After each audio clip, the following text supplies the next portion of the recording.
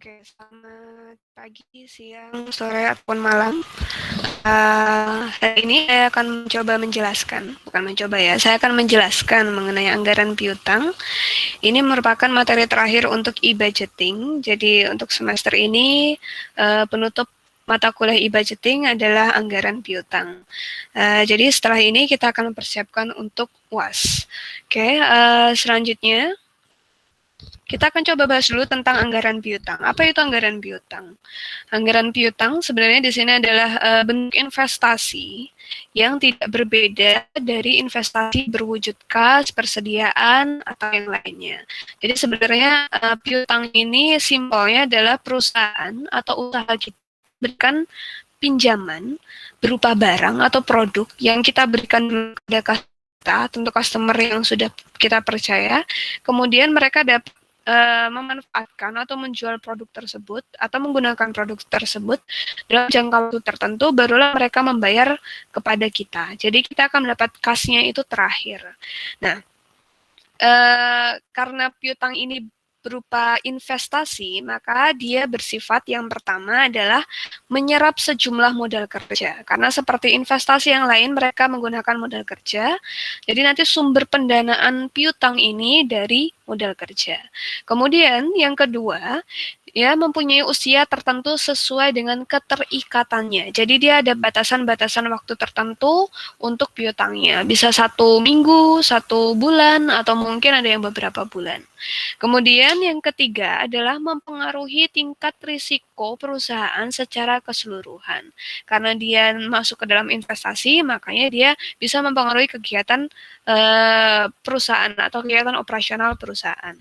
Kemudian yang keempat, perlu monitor tingkat efisiensi pengelolaannya dari waktu ke waktu. Seperti juga dengan bentuk investasi yang lainnya, tiap bulan atau tiap periode tertentu dia harus dievaluasi. Apakah ada keuntungannya ataukah tidak ada keuntungannya piutang ini. Nah, piutang ini ada 2 hal yang perlu dipertimbangkan. Ada sisi keuntungannya dari keuntungan investasi, kemudian ada beban biayanya. Nah, piutang sebagai salah satu bentuk kekayaan perusahaan termasuk ke dalam aktiva lancar.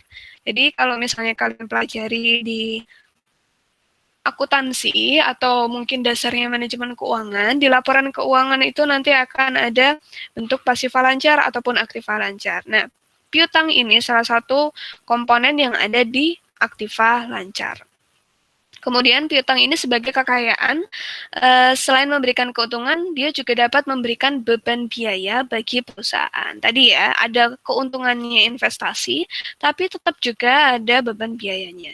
Kemudian yang terakhir, oleh karena itu perusahaan perlu mempertimbangkan secara tepat nilai manfaat dan keuntungan dari piutang yang dimiliki perusahaan. Karena dia ada sisi positifnya, ada negatifnya. Mana yang lebih banyak, positifnya ataukah negatifnya? Kayak tadi perlu efisiensi, monitor efisiensi tiap periode tertentu. Oke, nah, di sini kita akan coba jabarkan mana yang manfaatnya dari penjualan kredit atau piutang tadi, kemudian apa saja bebannya. Nah, untuk dari sisi manfaat, yang pertama adalah upaya meningkatkan omset penjualan. Tentu kalau kita misalnya bisa memberikan penjualan kredit, itu adalah salah satu kelebihan yang bisa membuat customer kita merasa lebih nyaman atau mereka lebih tertarik membeli produk kita dibandingkan produk kompetitor. Jadi mereka dapat keleluasaan bayarnya nanti aja kalau misalnya sudah 1 bulan atau 1 minggu. Atau mungkin bahkan ada juga yang perusahaan yang memberikan keleluasaan kalau mereka reseller, ya nanti bayarnya kalau udah payu wae. Kalau wis payu baru dibayarkan ke tempat kita.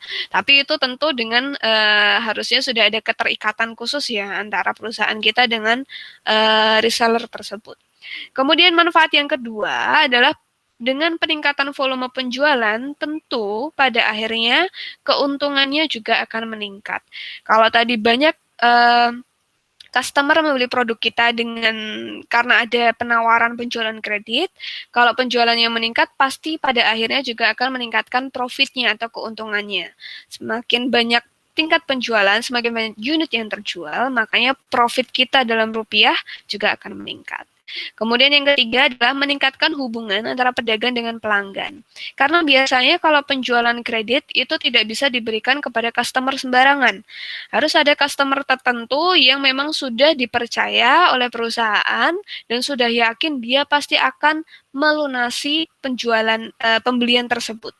Jadi kalau tidak sesuai kriteria, ya mereka tidak akan memberikan penjualan kredit.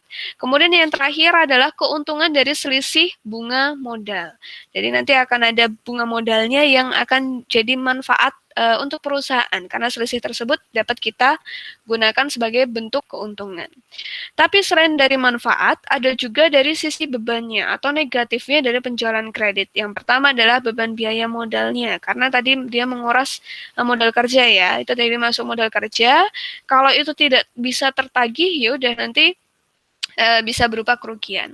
Kemudian yang kedua adalah biaya administrasi piutang. Tentu setiap kebijakan, setiap bentuk penjualan akan ada biaya administrasinya, termasuk juga penjualan kredit atau piutang. Kemudian yang paling mungkin terjadi adalah piutang tak tertagih. Bisa jadi karena kondisi ekonomi. Seperti sekarang ini kondisinya sedang pandemi, awal-awal pandemi tahun 2020 itu pasti akan sulit untuk semua usaha, makanya banyak kemungkinan piutang tak tertagih. Atau mungkin juga dari sisi perusahaannya tersebut, ternyata kita salah sangka. Yang tadinya kita pikir perusahaan itu cukup bonafit, cukup sehat, ternyata tiba-tiba dia nggak sehat. Akhirnya penjualannya mereka menurun dan akhirnya tidak bisa melunasi penjualan kredit mereka. Nah, itu nanti bisa jadi masuk ke piutang tak tertagih. Dan piutang tak tertagih ini biasanya tiap tahun mesti dianggarkan walaupun cuma 1%. Oke, kita coba lihat kebijaksanaan piutang di dalam perusahaan. Kebijakan piutang di dalam perusahaan itu dijelaskan sebelumnya bahwa piutang itu memiliki manfaat sekaligus beban yang muncul. Oleh karena itu, perusahaan mengambil langkah yang bijak dalam menentukan piutang atau penjualan kredit. Dan langkah tersebut ada 3. Yang pertama adalah pembentukan unit untuk piutang. Jadi kita harus membuat unit kerja khusus yang menangani piutang. Kenapa harus ada unit kerja khusus? Karena hal ini bisa tadi ya, ada positifnya, ada negatifnya. Kalau tidak dikelola dengan baik, hanya sembarangan, ya nanti akan lebih banyak resikonya. Nah, oleh karena itu, karena ini sangat bersifat strategis sekali, ada manfaatnya untuk profit kita, tapi juga ada resikonya, makanya perlu dibuat unit khusus. Kemudian yang kedua adalah kebijakan piutang yang jelas. Selain unit khusus tersebut, sumber daya atau organisasi yang dibentuk khusus untuk menangani piutang, harus ada kebijakan yang jelas dari pimpinan perusahaan, CEO, ataupun pemilik perusahaan tentang kebijakan piutang. Kenapa? Karena nanti akan menentukan langkah yang ketiga. Langkah yang ketiga adalah penentuan kriteria piutang yang efisien. Karena tadi seperti dijelaskan di awal, kita tidak bisa sembarangan memberikan piutang kepada pihak ketiga atau orang-orang yang akan membeli produk kita. Nah, kita harus tahu orang itu apakah mungkin melunasi barangnya, ataukah orang tersebut punya kemampuan atau enggak. Kalau kita cuma ya udah kayaknya ini orangnya meyakinkan nih karena penampilannya rapi mungkin, terus kelihatannya dia bawa ke beli barangnya itu dia bawa mobil yang cukup kelihatannya mahal nih, kayaknya dia pasti bakal ngelunasi piutangnya. Kita tidak bisa melihat dari situ aja, tapi kita harus melihat track record-nya dia dalam berbisnis. Apakah dia pernah punya pengalaman tidak melunasi bisnisnya. Ini hampir sama ketika kalian mengajukan kredit ke bank. Nah, nanti kita bahas lebih lanjut lagi. Oke, kita bahas yang pertama.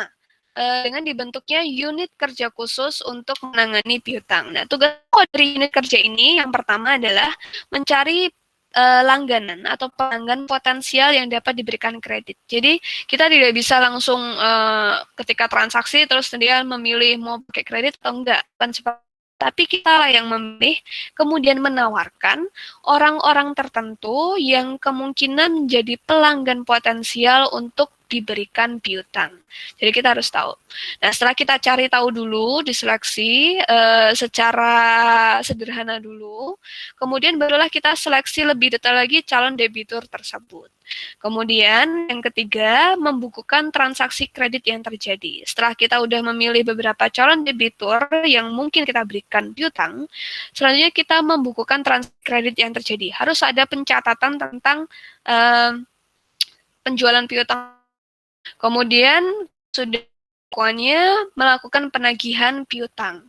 Nah, melakukan penagihan piutang, kalau mungkin kita umumnya dengarnya pakai debt collector ya. Tapi ada beberapa cara sebelum cara tersebut, cara yang mungkin lebih baik dihindari, karena itu juga bisa merusak nama baik perusahaan. Carilah beberapa cara yang baik untuk mencari si customer tersebut untuk melakukan penagihan piutang. Biasanya sebelum jatuh tempo akan diberikan notifikasi di telepon dulu atau pemberitahuan bahwa beberapa hari lagi akan jatuh tempo, tolong dilunasi utangnya. Kemudian ada pembukaan mutasi kredit atau piutang. Kemudian selanjutnya ada menyusun dan mengklasifikasikan piutang outstanding menurut usianya masing-masing. Jadi nanti setelah ada pencatatan, piutangnya ada usianya masing-masing, nah itu akan nanti masuk pengklasifikasiannya. Kemudian ada membuat analisis dan evaluasi piutang sebagai salah satu bentuk investasi. Tadi kan di awal sudah dijelaskan bahwa piutang itu salah satu bentuk investasi juga. Tapi itu tergantung dari hasil evaluasi kita setelah beberapa periode kita melaksanakan piutang ini, apakah itu ada positifnya atau negatifnya. Nah, kalau ada banyak negatifnya ya lebih baik kita berhentikan aja. Nah, tapi kalau ternyata banyak manfaatnya, penjualannya meningkat, profit kita juga meningkat, dan debiturnya itu lancar dalam melunasi utang-utangnya, ya sudah, kita akan pilih salah satu bentuk penjualan ini atau penjualan piutang ini sebagai bentuk alternatif investasi. Kemudian menyusun dan memperkirakan arus kas masuk dari piutang. Selain kita melihat anggaran piutang, kita juga harus bisa mengukur atau menganggarkan arus kasnya. Kemudian adalah membuat laporan tentang pengelolaan piutang bagi para pengambil kebijakan. Oke, lanjut kebijakan piutang yang jelas dan terperinci. Tadi kan sudah dibikin unit kerjanya ya. Unit kerjanya sudah ada, barulah kita kebijakan piutang yang jelas. Nah, memang biasanya yang bikin adalah top management atau CEO atau direkturnya perusahaan. Nah, kebijakan ini meliputi yang pertama plafon kreditnya. Jadi plafon kreditnya berapa? Sesuai nanti tingkatannya atau jenis debiturnya. Kan tadi sudah mengklasifikasikan ya, ada klasifikasinya. Terus plafon kreditnya berapa masing-masing. Kemudian jangka waktunya, selain plafon, waktu itu juga penting. Kemudian yang ketiga adalah pedoman melakukan seleksi calon debitur. Biasanya kita pakai 5C. Character, Capacity, Capital, Collateral, and Condition. Nah, itu adalah dasar untuk pemberian kredit. Nggak cuma di anggaran ini, tapi juga biasanya dipakai oleh bank sebelum menyeleksi pemberian kredit kepada nasabahnya.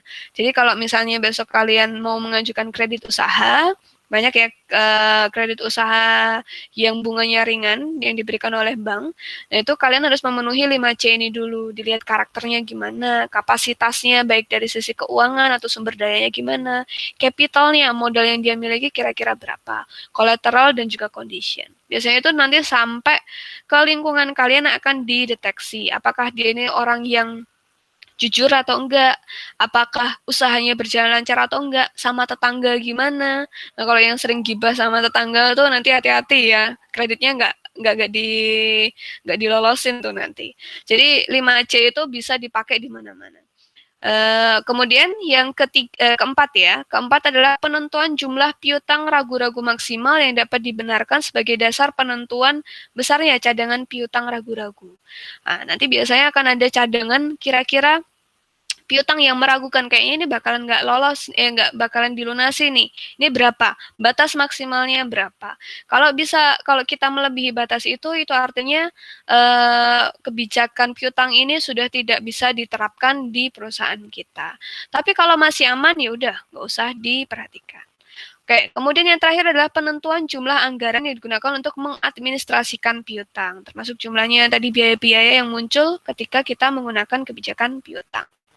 Oke, selanjutnya adalah penentuan kriteria untuk mengukur efisiensi pengelolaan piutang. Nah, kriteria yang dapat digunakan sebagai indikator efisiensi pengelolaan piutang ini adalah yang pertama kita harus melihat dari tingkat perputaran piutang. Nah, tingkat perputaran piutang itu kita bisa lihat dari penjualan kredit 1 tahun, kita bagi piutang rata-rata yang di awal dan juga yang di akhir. Kemudian yang kedua adalah persentase piutang tak tertagih yang sebenarnya. Jadi realnya piutang yang nggak tertagih ada berapa? Kita totalkan dengan total piutang yang sudah dimiliki oleh perusahaan. Itu persentasenya kita bandingkan tiap tahun naik atau turun. Kemudian usia piutang rata-rata. Nah, kita lihat piutang rata-ratanya tiap debitur itu berapa sih rata-rata usianya. Nah, dari rata-rata usia itu kita bisa menentukan batasan maksimal lamanya kredit yang diberikan kepada debitur. Nanti kalau misalnya lebih dari rata-rata biasanya sudah kena semprit nih. Kayaknya customer ini lebih baik nggak usah minjem lagi, nggak usah dikasih piutang ke perusahaan kita. Kemudian yang keempat adalah biaya pengelolaan setiap jumlah tertentu memiliki nilai yang berbeda. Karena yang pertama adalah perbedaan jumlah nasabah. Tentu itu berbeda ya. Perusahaan yang punya nasabah banyak sama nasabah sedikit pasti kebijakannya berbeda. Kemudian yang kedua adalah perbedaan nilai piutang keseluruhan yang harus dikelola. Nilai total piutangnya. Apakah total dari 100% penjualan tuh piutangnya berapa? 20% kah? 50%? Atau mungkin cuma 1%.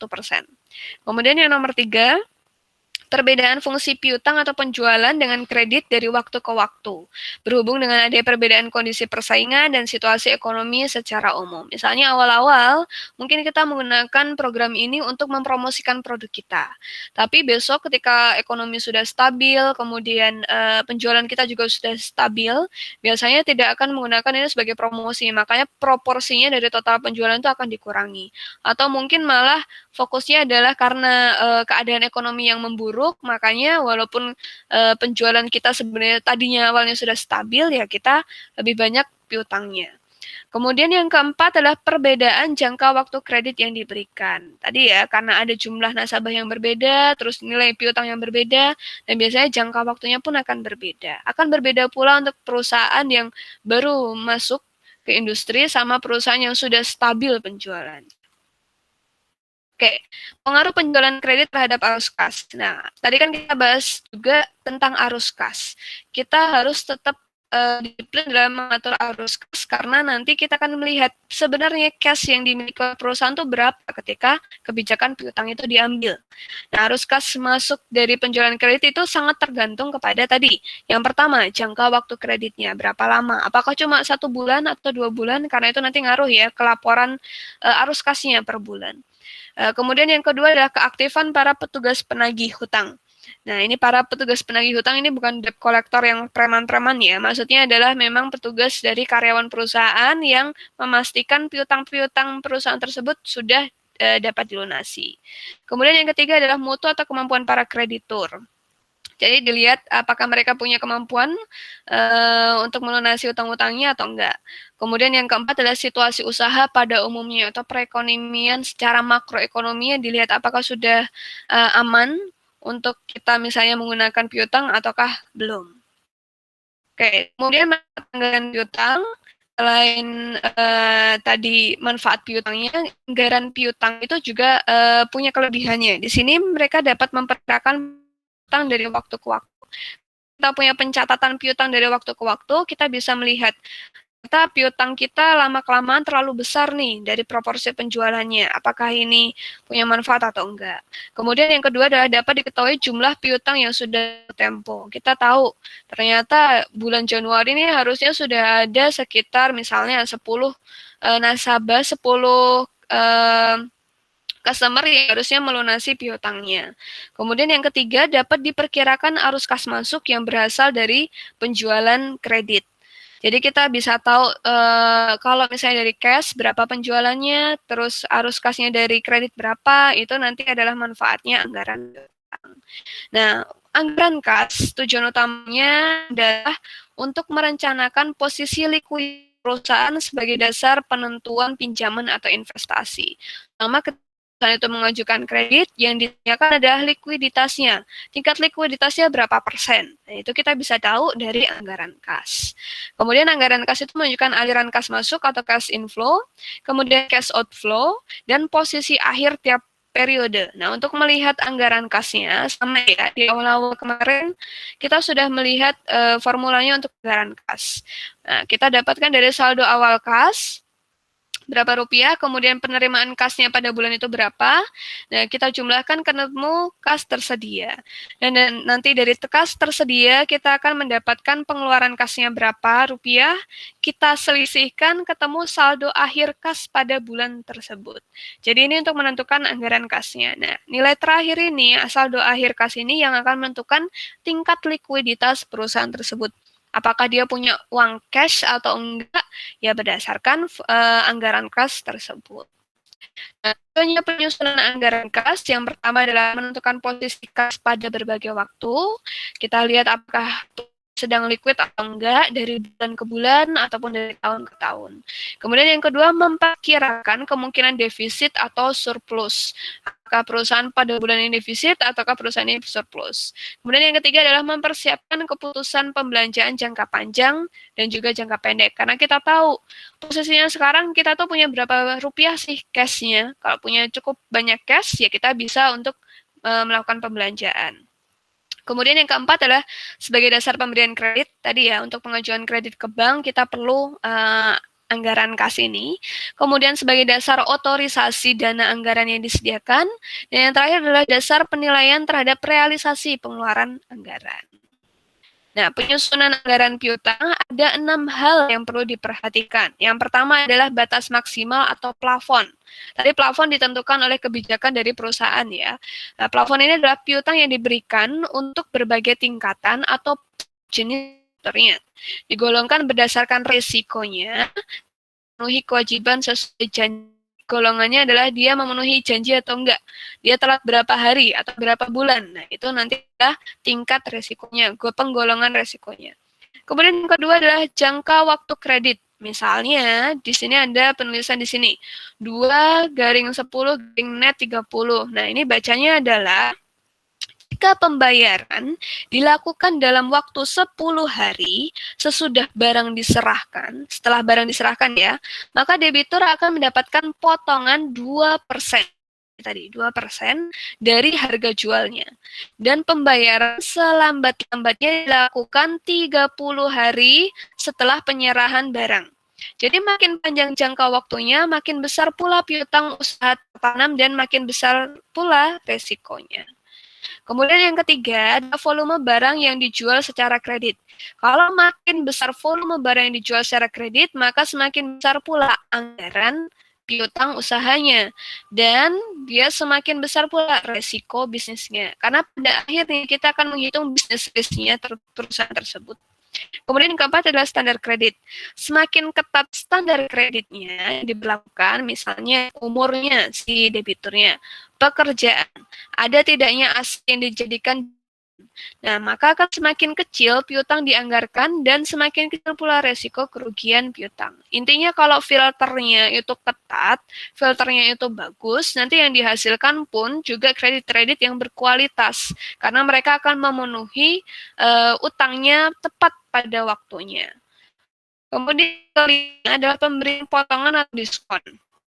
Pemberian potongan atau diskon penjualan itu akan mempengaruhi besar kecilnya investasi dalam utang. Kalau makin besar diskon yang diberikan, maka akan memperkecil kemungkinan piutang usaha yang tertanam dan juga sebaliknya. Kemudian yang keenam adalah kebijakan penagihan piutang. Kebijakan penagihan piutang secara aktif dapat memperkecil piutang usaha yang tertanam. Harus rajin dan pintar bagaimana menagih utang perusahaan agar perusahaan itu tidak menanggung resiko bisnis yang berkepanjangan. Jadi harus pintar-pintar caranya gimana mendekati para customer yang diberikan piutang supaya mereka melunasi hutangnya secara tepat waktu. Oke, saya rasa itu aja materi hari ini tentang anggaran piutang. Terima kasih atas perhatiannya. Saya akan mengakhiri rekaman materi kita hari ini. Terima kasih. Assalamualaikum warahmatullahi wabarakatuh.